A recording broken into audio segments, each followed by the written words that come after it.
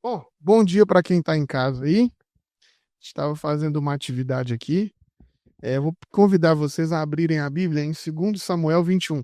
Apesar de eu ser especialista em Primeiro Testamento, eu acho que eu nunca usei um texto do Primeiro Testamento na igreja. Eu nunca preguei Primeiro Testamento. Acho que eu nunca. É 2 Samuel 21.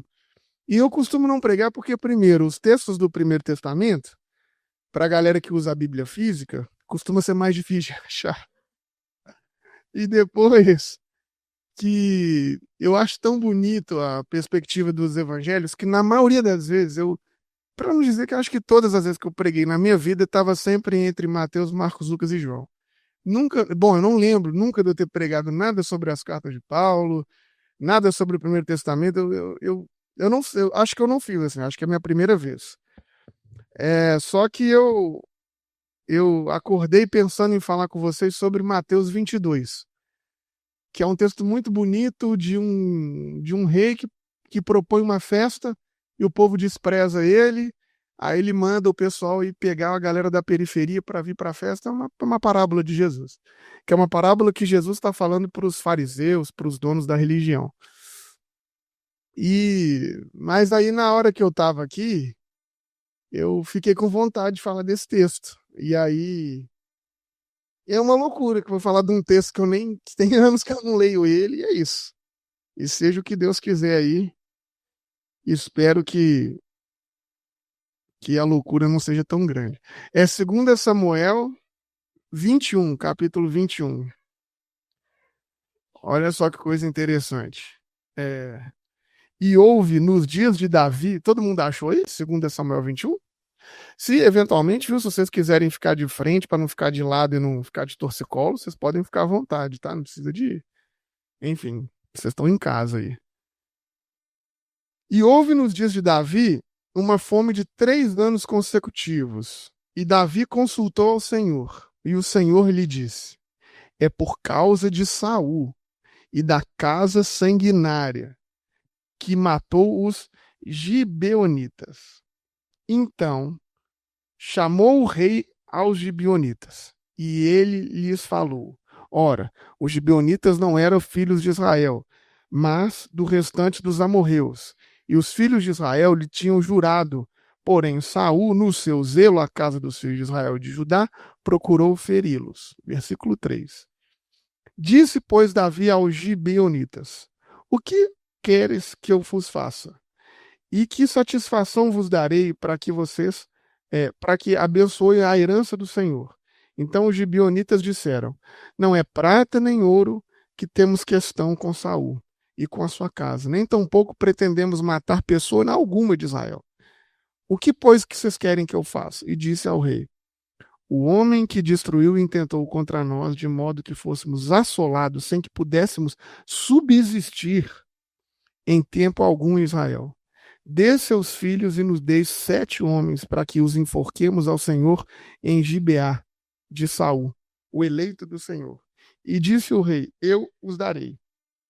O rei poupou Mefibosete, filho de Jonatas, filho de Saul, por causa do juramento do Senhor entre os que havia, Davi, Jonatas e Saul.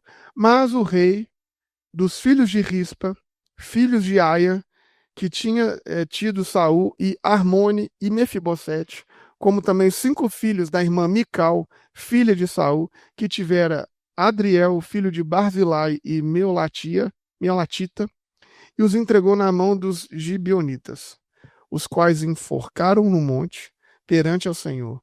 E caíram estes 7 juntamente, e foram mortos no dia da cega, nos dias dos primeiros da cega da cevada. Então Rispa, filha de Aia, tomou um pano de saco e estendeu sobre a pedra, desde o princípio da cega, até que a água do céu caísse sobre eles. Então não deixou com que as aves do céu repousassem sobre eles de dia, nem os animais do campo comessem o seu corpo à noite. E isso foi contado a Davi, o que Rispa, filha de Aia, fazia, a concubina de Saul. Então foi Davi e tomou os ossos de Saul, os ossos de Jonatas, seu filho, dos moradores de Jabe, de Gileade, os quais furtaram a rua de Betsá, onde os filisteus tinham pendurado, quando os filisteus vieram a Saul de Gilboa. E fez subir dali os ossos de Saul, os ossos de Jonatas, seus filhos, e ajuntaram também os ossos dos enforcados. Enterraram os ossos de Saul, Jonatas, Benjamim, em Zela, na sepultura de seu pai, Quis. E fizeram tudo quanto o rei ordenara. Depois disso, Deus se aplacou com a terra. Bom, a leitura desse texto, ela costuma ser um pouco difícil e a gente costuma não entender nada. Um monte de... É, normal. Eu fui entender esse negócio só hoje de manhã. Brincadeira, nem li. Mas o que acontece? Vou explicar um pouquinho do que está rolando. Primeiro, nós temos que entender uma narrativa que está sendo construída. O rei Davi está dizendo que ele foi consultar ao Senhor porque que estava em 3 anos de seca, de fome, de peste. Aí você já viu como os textos se contradizem. Tem uma fala muito bonita de Davi que vocês estão acostumados a ouvir que diz assim: nunca viram um justo? Como que ele não viu se no governo dele, durante 3 anos, está tendo fome?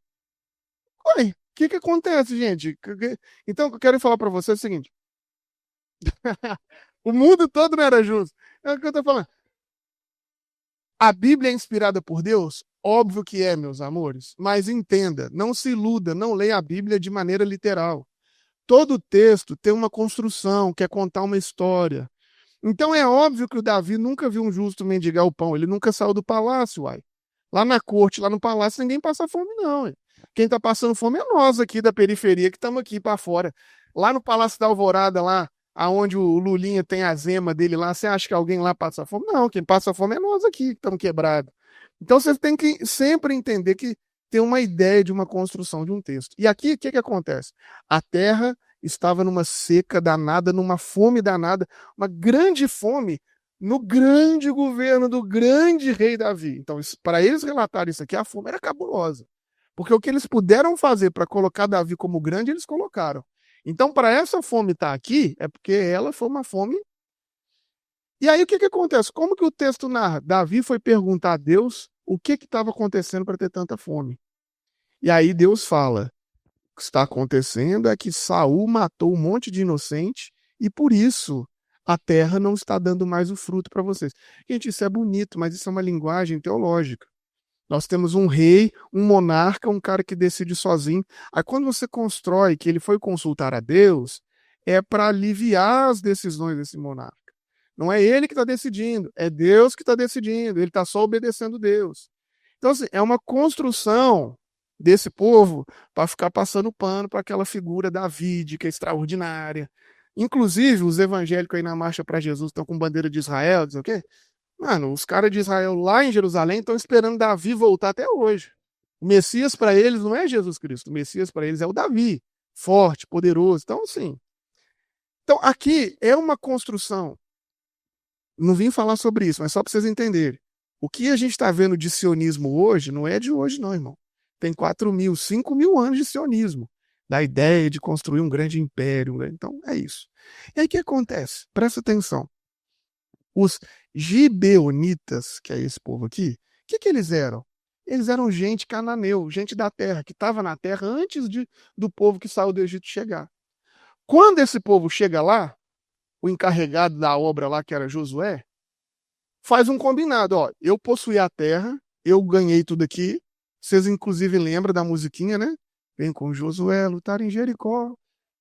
Essa musiquinha está contando o quê? Que eles foram lá, lutaram e ganharam a terra. Quando ganharam a terra, o que eles fizeram? Os israelitas aqui, o pessoal, o Josué fez um acordo, Josué fez uma aliança. Naquele momento, alianças não podiam ser quebradas, era a coisa mais sagrada. Qual que é a aliança que ele fez com os gibeonitas, com esses cananeus aqui? Ó, eu não vou expulsar vocês da terra, não. Vocês podem ficar aqui, tá tudo certo. Mas vocês vão trabalhar para nós. Então, os gibeonitas, eles eram o povo que trabalhava para o povo da Terra Santa. Eles eram os escravizados daquele momento. Pelo amor de Deus, meus amores, não confunda a escravização do povo africano com a escravização do povo bíblico. O que foi feito com os pretos africanos não tem precedente na história. O termo escravização, o termo servidão aqui na Bíblia significa trabalho, serviço. Não significa essa indignidade, essa desumanização que foi feita com os nossos irmãos e irmãs da África, não, tá bom? São coisas diferentes. Mas então, os gibeonitas eram um servo da terra. Beleza. Quando Saul assume o poder, Saul foi um rei antes de Davi, o que ele faz? Não, eu vou limpar todo mundo, a terra é só nossa, a terra é santa, todo mundo que não for hebreu, que não for judeu, vai sair daqui. Make Israel great again. E aí eles começam a atacar a Jordânia, eles começam a atacar Gaza. É isso que Saul fez. Gaza e Jordânia é aqui por minha conta, né? Mas enfim. E aí ele expulsa todo mundo, ele mata todo mundo, ele destrói todo mundo. E manda todo mundo embora. Aí, olha o que aconteceu. Uma grande fome no reino de Davi. Não é porque a terra estava amaldiçoada. Não, mano. O que eles fizeram? Eles mataram os trabalhadores, meu irmão. Eles tiraram todo mundo que trabalhava. Os gibeonitas eram os trabalhadores da terra. Eles mataram os caras e mandaram ele embora. Com todo respeito, com todo carinho, gente. Mas gente rica não sabe fazer o ovo frito. Não sabe fazer o próprio café da manhã. Se a dona Marta, a dona Maria, a dona Josefina não vai todo dia na casa da dona Madame fazer o ovo frito dela, ela não come o ovo frito dela. Tô errado? Isso acontece ou não acontece? Então, eles mataram o povo que trabalha. Eles mataram os escravizados, expulsaram na terra. Por que então teve grande fome na terra de Israel? Porque não tinha trabalhador, meu camarada. Não tinha ninguém para plantar, não tinha ninguém para colher, não tinha ninguém para fazer nada disso. Até aí estamos juntas? Então veja, nesse contexto, Davi, olha só, Davi ora ao Senhor.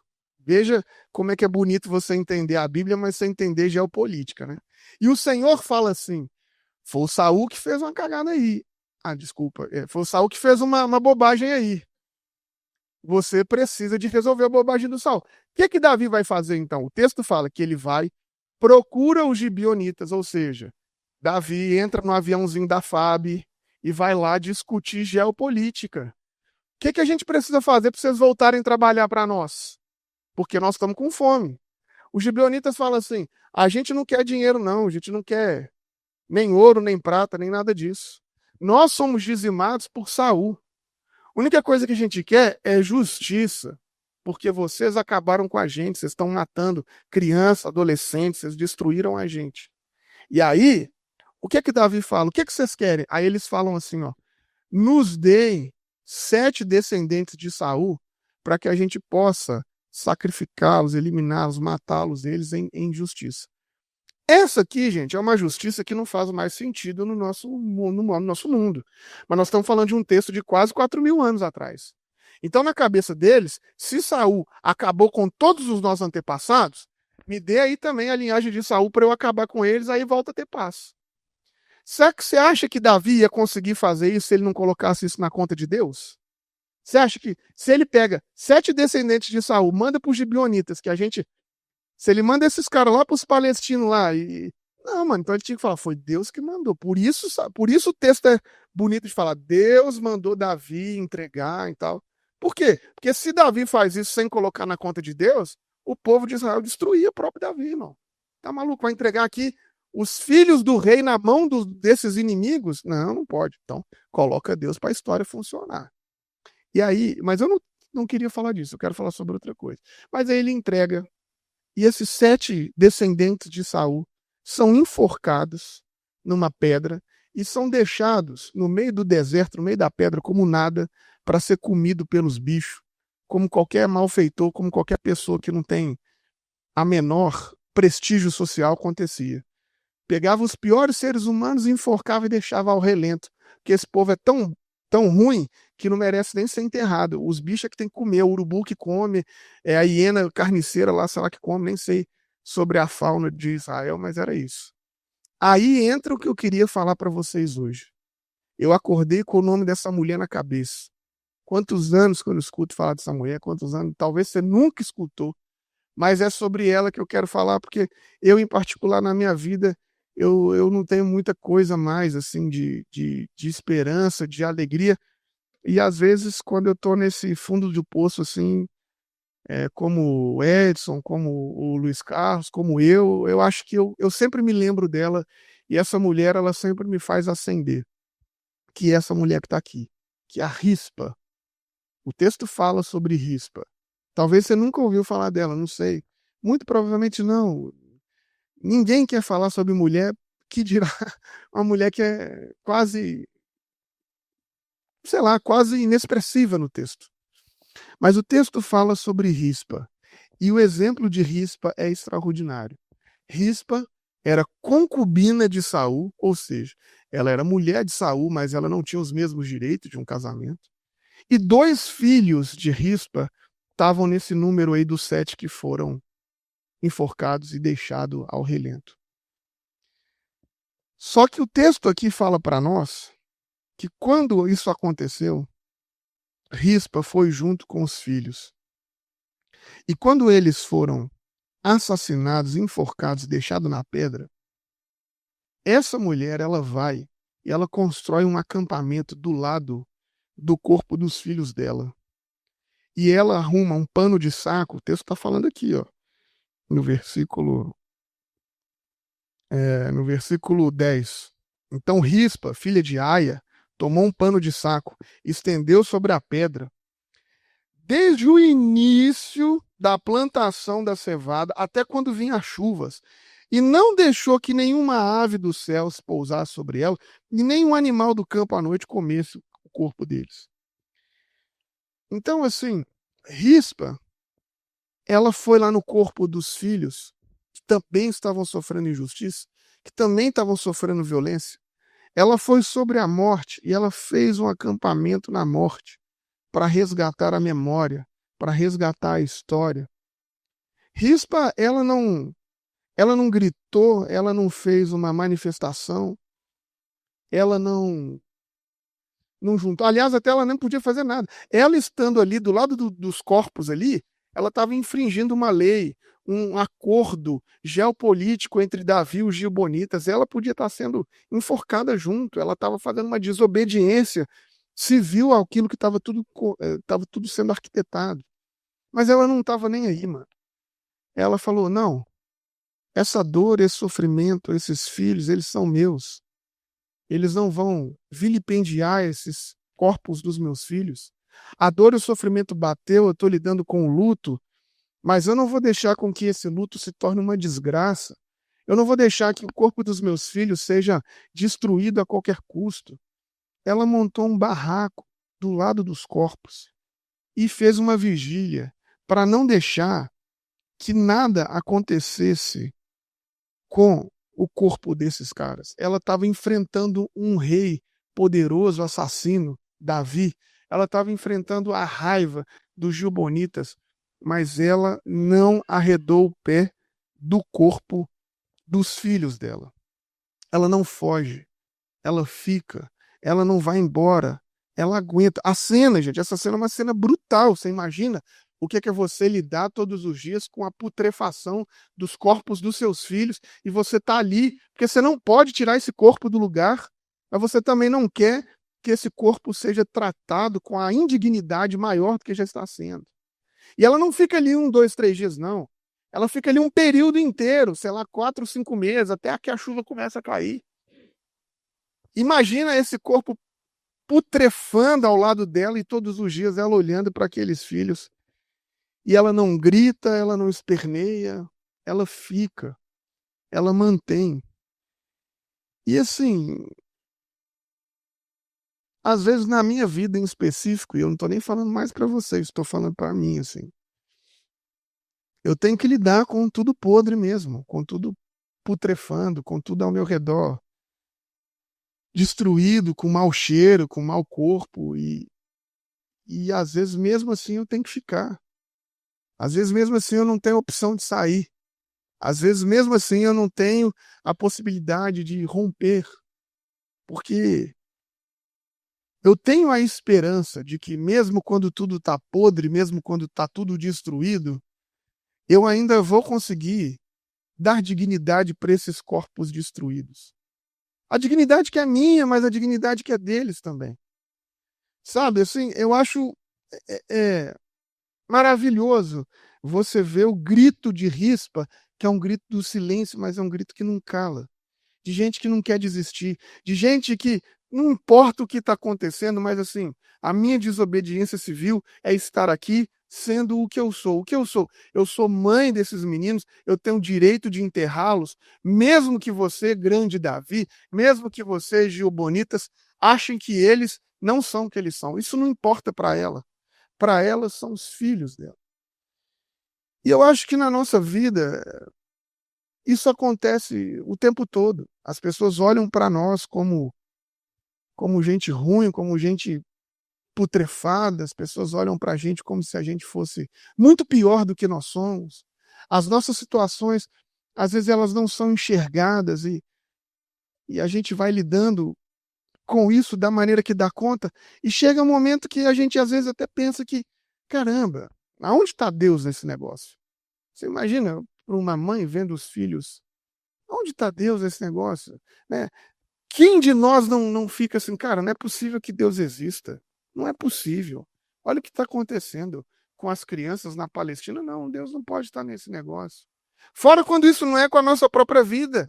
Não é possível que Deus exista. Veja a minha exaustão, veja o meu cansaço. Olha o que está acontecendo, olha esse casamento. Olha.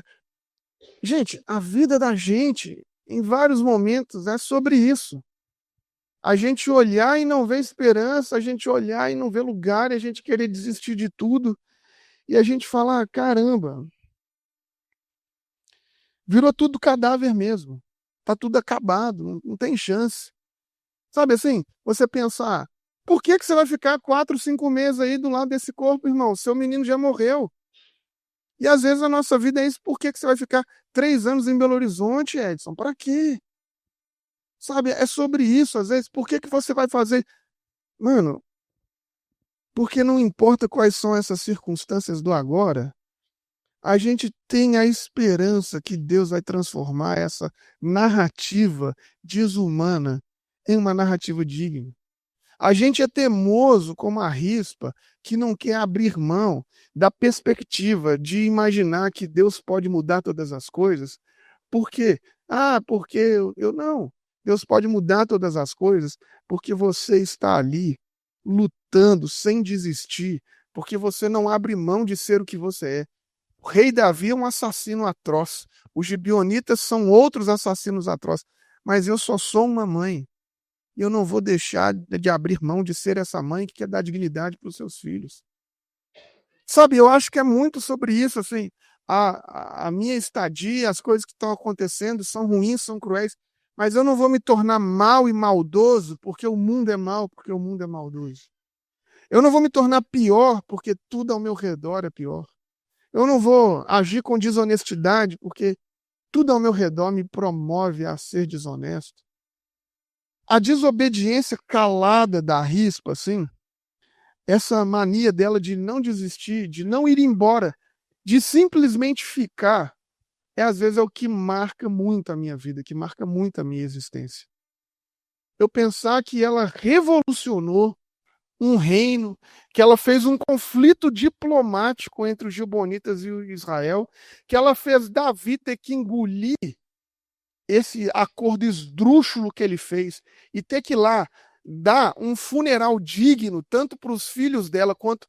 O funeral assim, foi tão absurdo que Davi teve que ir lá recuperar os restos mortais de Saul e de Jonatas, quando soube da notícia, e fazer um funeral com status, né, de chefe de Estado, inclusive para os filhos dela. Quer dizer, essa mulher, ela fez o grande e poderoso rei Davi ter que engolir a merda que ele fez e ter que ir lá resgatar todo mundo. Só porque ela ficou. Só porque ela não foi embora. Só porque ela não desistiu. Só porque estava difícil, mas ela disse: tá difícil, mas eu vou continuar aqui. Sabe, então tem momentos na vida da gente que é um pouco sobre ser teimoso, sabe? Que é um pouco sobre desafiar essa perspectiva da vida que está dizendo para nós que tudo não tem jeito. Eu juro que nesses momentos eu nem lembro de Jesus. Eu lembro de Rispa. Rispa, para mim, é o maior exemplo dessa resistência, porque Jesus ele ainda falava sobre a perspectiva da ressurreição. Jesus ainda dizia sobre: estou indo para o meu Pai preparar lugar. Não, eu vou voltar em 3 dias. Jesus ainda tinha uma esperança que, mesmo que destruíssem o seu corpo, ele ressuscitaria. Rispa não tinha nada disso, minha irmã. Rispa sabia: mataram os meus filhos, eles estão aqui apodrecendo comigo todos os dias. Mas eu não saio daqui enquanto eu não puder enterrar esses meninos com a dignidade que eles merecem. E eu acho que é um pouco sobre isso. Eu, Felipe, em especial, por mais que esteja tudo podre, eu não vou desistir da vida enquanto eu não conseguir a dignidade, a vida abundante, a vida plena para todo mundo, como todas as vidas merecem. Inclusive a começar na minha. Porque a gente é muito bom de ser revolucionário, a gente é muito bom de querer coisas boas para as outras pessoas, mas é isso que a companheira falou aqui. A gente sempre quer cuidar de todo mundo e a gente está sempre no último da fila do cuidado. Por quê? Por que que eu que estou pensando uma vida boa para todas as pessoas, essa também não pode começar por mim? Por que que não pode começar por você? Por que que essa nossa perspectiva de cuidado, de transformação, não pode começar a partir de agora por nós? Por que que tem que ser sempre nós nos doarmos à exaustão, a tudo que temos, e a gente nunca receber nada em troca? Por quê? Ah, o evangelho é abnegação, o evangelho é dar a outra face. Não estou discutindo isso. Mas também é direito seu e meu experimentar esse Deus de cuidado. Também é direito nosso, que cuida de todo mundo, ser cuidado pelas pessoas. E eu acho que Rispa é esse exemplo. Mesmo quando os seus filhos não experimentavam o cuidado, mesmo quando os seus filhos estavam ali sendo lidos como lixo, ela não abriu mão de: eu preciso desse cuidado para mim e para eles. Eu não vou conseguir viver em paz enquanto os meus filhos não tiverem dignidade. Então é por ela também. Eu não vou conseguir viver em paz vendo o corpo dos meus filhos sendo vilipendiado aqui. Eu preciso desse cuidado. E ela desafia Davi. Ela causa esse problema geopolítico. O texto aqui vai dizer que Davi, quando soube, né? Por que Davi, quando soube? Vocês imaginam, meus irmãos?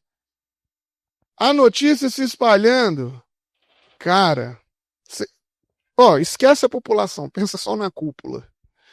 Davi e os militares dele lá do dia 8 de janeiro. Os caras falando assim: porque para mim Davi só poderia estar no dia 8 de janeiro. Eu não vejo Davi em outro lugar. Mas enfim, Davi é de vocês. O meu Davi, ele estaria no dia 8 de janeiro. Enfim. Mas aí é com vocês. Aí vocês imaginam falando assim: você fez aí o acordo de entregar o pessoal da nossa corte aqui para os caras matar. Era para matar e ficar de boa. Os caras não só mataram, enforcaram como bandido, deixaram num monte, na pedra exposta, todo mundo vendo que a nossa corte, que os filhos de Saul, é tudo bandido. E o pior disso, essa mulher tá fazendo vigília lá há 4 meses, todo mundo tá sabendo da notícia. Todo mundo tá vendo que essa mulher tá lá. Uns chamam ela de louca, outros chamam de doida. Não importa, mas acontece que é o seguinte: por conta dela, tá todo mundo sabendo do que você fez aí, meu brother.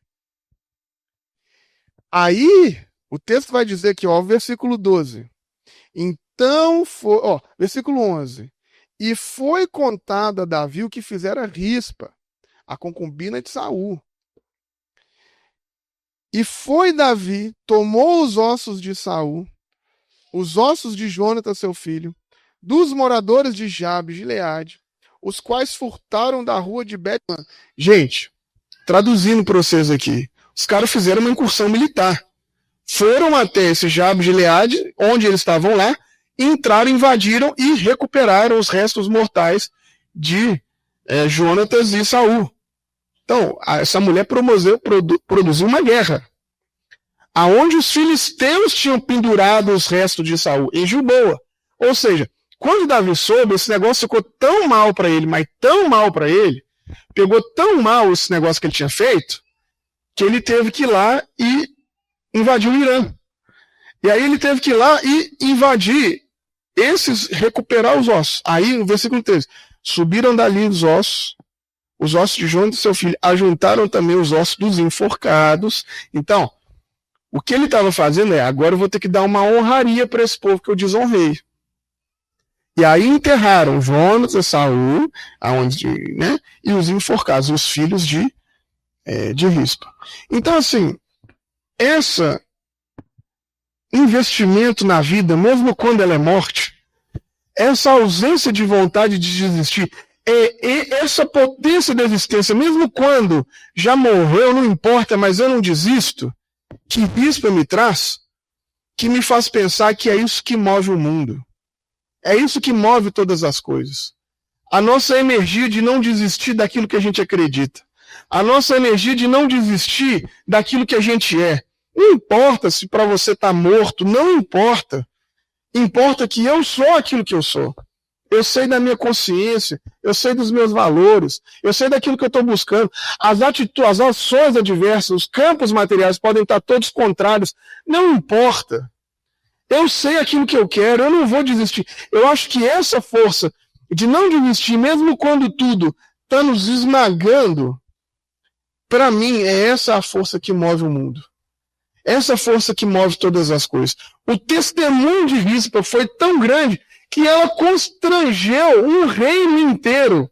E ela teve o velório dos filhos dela como status, né, de fato, de chefe de Estado, junto com o grande rei Saul, restaurando a dignidade das crianças, dos filhos dela. Ela sabia que os filhos dela não eram esses marginais, esses bandidos como fizeram acreditar. E ela achava que os filhos mereciam um mínimo de um enterro digno.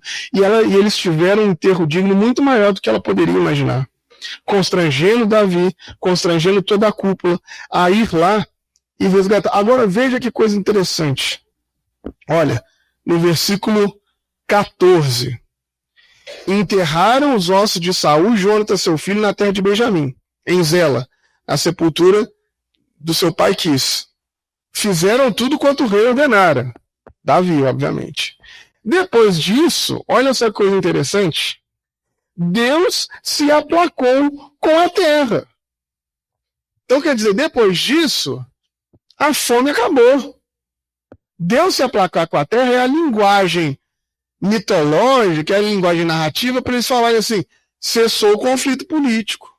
Quer dizer, os gibeonitas voltaram a trabalhar e aqueles lá que nunca conseguiram, né, nem lavar a própria privada voltaram a ter a vida estabelecida, organizada. Então, assim, nós precisamos de pensar sobre isso, meus amores.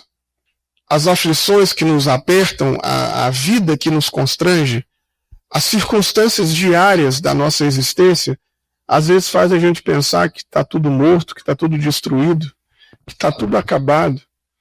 Mas assim como Rispa, que é essa mulher que é pouquíssimo lembrada, e que eu acho que a gente deveria fazer mais memória dessa mulher, que é uma mulher de resistência, uma mulher de força, uma mulher que não desiste daquilo que acredita, nós precisamos estar nesse lugar, acreditar nas promessas que Deus fez a nós, acreditar naquilo que nós somos. Não, os gibeonitas estão falando que vocês não valem nada. Não, mas eu não sou isso. A minha família não é isso. Os meus filhos não são isso. Eu não sou isso que vocês estão dizendo. Isso fala sobre vocês. Isso não fala sobre mim. Os projetos que eu tenho sobre a vida, por mais que a vida esteja, nesse momento, absurdamente difícil, por mais que eu olhe e não veja possibilidade de resgatar isso, por mais que eu olhe e esteja fedendo, esteja putrefando, eu preciso acreditar que haverá um momento da gente resgatar a nossa dignidade. E assim como Rispa não desiste, eu tenho teimosamente também não desistido. Eu tenho teimosamente dizendo, existe possibilidade da gente ter uma vida digna, maior e melhor do que esses aqui estão fazendo para nós. Porque a força, a violência, a perseguição, como a gente viu aqui no texto, ela não vem dos inimigos, não. Ela vem de quem está com você, mano, do cara que diz que é seu rei. Ela vem do cara que estava ali te servindo na sua casa, dos gibeonitas. A violência, a destruição, ela não vem do inimigo distante, não. Ela vem daquele que tinha o dever de te proteger, daquele que fala que é seu amigo, que é sua amiga, e basta você virar as costas que você descobre o nível de amizade que você tem. ela vem daqueles que você fala, ou que você dá o seu sangue, que você dá a sua vida, que você está na lógica de cuidado. São esses que nos destroem, são esses que nos exaurem, são esses que acabam conosco. Mas não é por isso que a gente tem que dizer, acabou, está acabado, deixa isso para lá. Eu acho que o exemplo de Rispa para nós é um pouco sobre isso. Vocês podem até tentar destruir a gente, mas vocês vão ter que ser melhores. Porque para destruir a gente vai precisar de muita coisa. Vocês podem até querer dizer que a gente está morto, que a gente está acabado, que a gente está putrefando. Mas vocês vão ter que ser melhores. Porque nós somos um povo que, mesmo morto, mesmo putrefado, nós ainda somos maior do que vocês. Vocês podem até querer ser vermes na vida da gente, consumir a nossa carne. Vocês podem até serem baratas na nossa vida e quererem ter prazer em destruir quem nós somos. Mas vocês vão ter que ser verme demais, vocês vão ter que ser barata demais. Porque nós somos muita carne para vocês consumir. A gente não desiste. A gente sofre, a gente chora, a gente fica aqui de vigília aqui, mas a gente não abre mão de ver a dignidade restaurada. A gente não abre mão de ver a vida sendo reencaminhada. A gente não abre mão de ter os ciclos bem finalizados e terem outros recomeços. Talvez até esse momento na sua vida, todos os ciclos tenham sido ruins. Todos os ciclos tenham sido de morte. Todos os ciclos tenham sido de exaustão. Todos os ciclos tenham sido de destruição. Mas eu creio que esse Deus que motiva a Rispa, nessa desobediência civil incansável, é o mesmo Deus que motiva cada um de nós a vencer o racismo, a LGBTfobia, o machismo, a perseguição pessoal de cada um de nós, a vencer a nossa falta de grana por conta dessa estrutura diabólica do capitalismo, a vencer as violências que a gente enfrenta em casa com os nossos cônjuges. Eu acredito nessa desobediência absurda que faz a gente ser gente e que faz a gente experimentar também a dignidade, que faz a gente experimentar também novos recomeços. E sem sombra de dúvida, a dor e a tristeza da morte dos filhos de Rispa também é a memória da grandeza e da revolução e do tamanho dessa mulher quando ela olhava para trás e pensava, caramba, mano, Davi teve que se encolher e enterrar meus filhos com status de chefe de governo do lado do pai dele, do lado de Saul. Então, assim, as dores que a gente enfrenta hoje, elas não vão ser apagadas. Não dá para dizer que se ela tivesse que escolher entre o velório dos filhos e a vida, não preciso nem de dizer para vocês. Mas as dores, elas dão, né, com certeza, para serem ressignificadas. E a dor e o luto de hoje, elas também podem ser a motivação e a alegria de amanhã. Amém? Coloca-se de pé aí, nós vamos cantar uma musiquinha. Ô, Paty, pode encerrar a transmissão pra gente? Você que tá em casa, beijos, Deus abençoe. Nós vamos cantar uma música aqui, queria que você cantasse comigo. Oi?